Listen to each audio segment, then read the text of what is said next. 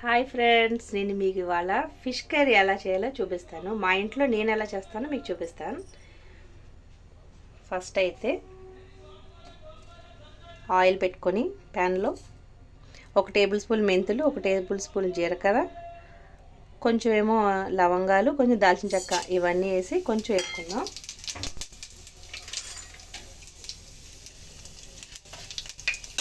ఇందులోనే 2 పచ్చిమిరపకాయలు కూడా వేసుకుందాం.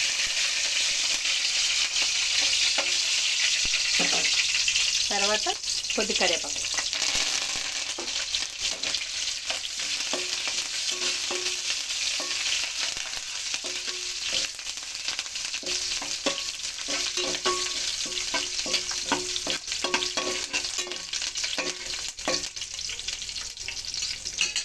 ఇవి కొంచెం దోరగా ఎగిపోయాక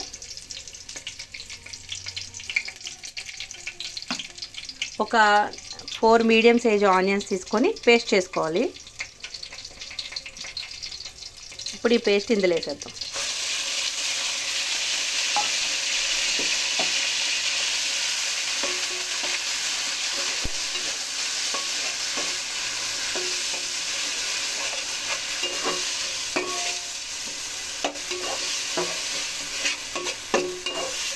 పేస్ట్ కొంచెం బాగా పచ్చివాసన పోయేదాకా వేపిద్దాం. ఇందులో ఏం చేయాలంటే ఫస్ట్ ఒక 1/2 టీ స్పూన్ పసుపు వేద్దాం. నేను చేపలు కూడా కడిగి మ్యారినేట్ చేసి పెట్టుకున్నాను. అందులో కూడా పసుపు, ఉప్పు, కారం అన్నీ వేసి మ్యారినేట్ చేశాను. ఒక 1/2 టీ స్పూన్ పసుపు, 2 టేబుల్ స్పూన్ సాల్ట్. ఫిష్ కర్రీలో కొంచెం సాల్ట్ ఎక్కువే పడుతుంది. ఓకే, ఇప్పుడు కొంచెం వేగింది. దీంట్లో ఏం వేయాలంటే 2 టేబుల్ స్పూన్ అల్లం వెల్లుల్లి పేస్ట్ వేద్దాం.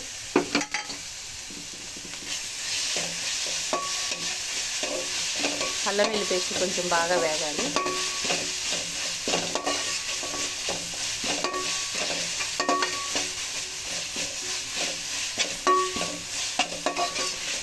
వేగాక ఇప్పుడు ఇందులో 2 మీడియం సైజ్ టమాటాలు తీసుకొని పేస్ట్ చేస్తాను. ఇది కూడా ఇందులో బాగా వేగాలన్నమాట.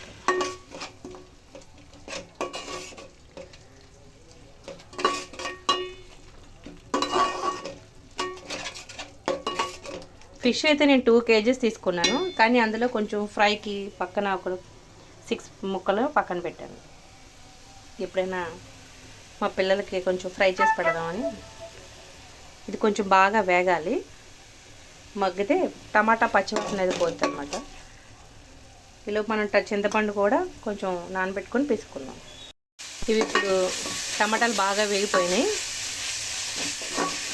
ఇందులో ఏం వేయాలంటే నేను ఆల్రెడీ చేపల్లో 1 టేబుల్ స్పూన్ వేసాను. ఇందులో కూడా ఇంకో 1 టేబుల్ స్పూన్ కారం వేద్దాం. మాది కొంచెం స్పైసీగా ఉంటుంది కాబట్టి నేను కొంచెం 2 టేబుల్ స్పూన్స్ వాడాను. మీరు మీ కారం బట్టి వేసుకోండి. ఫిష్లో కొంచెం కారం ఎక్కువ ఉంటేనే బాగుంటుంది నాకు తెలిసి. ఇంకొక 1/2 స్పూన్ కారం వేగింది కదా.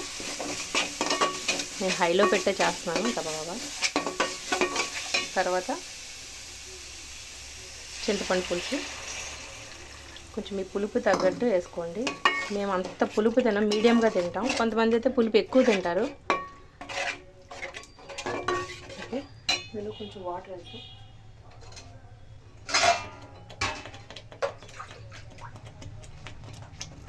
ఒక గ్లాస్ వాటర్ వేద్దాం.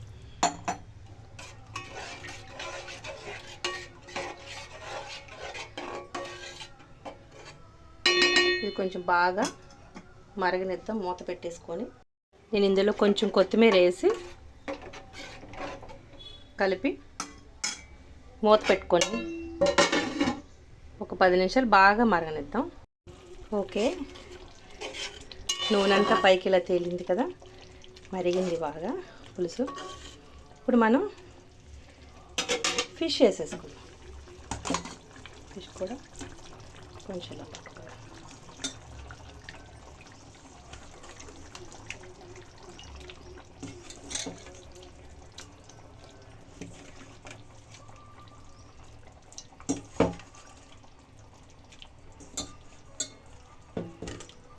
ఫిష్కి అయితే ఇలా సపరేట్ కళ కొనుక్కుంటే ముక్కలు ఇడవకుండా ఉంటాయి.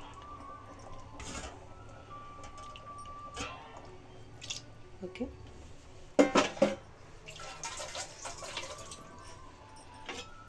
ఇప్పుడు మనం దీన్ని గరిటె పెట్టకుండా జస్ట్ తిప్పకుండా ఇలా పైపైన అనుకుందాం. ఇప్పుడు తిప్పితే ఏమవ్వదు, ఒక 10 మినిట్స్ ఆగాక ముక్కలు అయితే విడిపోతాయి. ఈ తలకాయ దీని కాసేపు ఆగాక దీన్ని ఇలా టర్న్ చేద్దాం.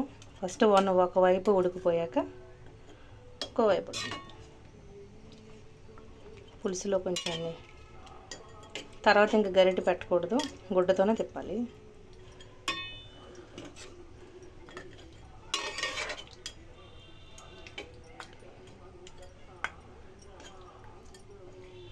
ఓకే, ఇప్పుడు దీన్ని మూత పెట్టి చిన్న మంట మీద ఉడకనిద్దాం. ఇప్పుడు మనం దీన్ని గుడ్డతో ఇలా తిప్పుకుందాం.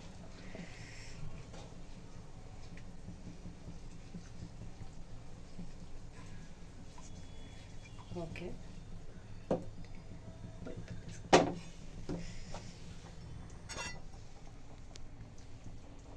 కొంచెం ఇంకా దగ్గరికి అయితే కొద్దిగా ఇంకా మన ఫిష్ కర్రీ రెడీ అయిపోయినట్టే. లాస్ట్లో కొత్తిమీర వేసుకుందాం, కొంచెం మూత పెట్టుకుందాం ఒక 10 నిమిషాలు. ఓకే గైస్, ఇప్పుడు ఎలా ఉందో మనం చూద్దాం ఫ్రెండ్స్. నూనె అంతా పైకి తేలుతుంది కదా ఇదంతా.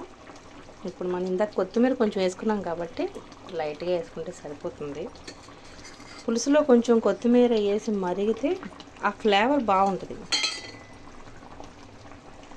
ఇంకా మనం ఇది తిప్పడానికి అయితే లేదు, ఇందాక చూపించినట్టు మనం జస్ట్ గుడ్డతోనే అలా తిప్పుకోవాలి.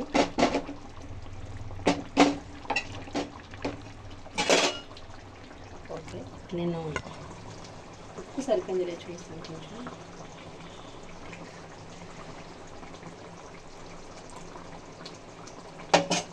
పులుపు ఉప్పు అంతా బాగా సరిపోయింది.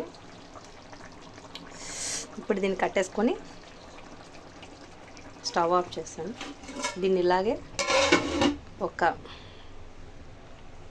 1 అవర్ వదిలేస్తే సూపర్ ఉంటుంది టేస్ట్. మనం అన్నం తినేటప్పుడు చూద్దాం. హాయ్, ఇప్పుడు మనం టేస్ట్ చేద్దాం. యమ్మీ యమ్మీ ఫిష్ కర్రీ. విహాన్స్ తింటాడు ఇప్పుడు. ఫస్ట్ ఎలా ఉంది ఫిష్ కర్రీ? సూపర్ ఉంది కదా. ఇప్పుడు నేను తిని చూపిస్తాను. అసలు ఫిష్ ముక్క విరగలేదు, అసలు పేస్ట్ అవ్వకుండా అలా ముక్కలాగా ఉంది. చాలా బాగుంది. మళ్ళీ మా అబ్బాయి ఫిష్ కర్రీ అనగానే బాగుందా? చాలా బాగుంది, సూపర్ ఉంది. మీకు నచ్చితే ప్లీజ్ సబ్స్క్రైబ్ టు ఛానల్.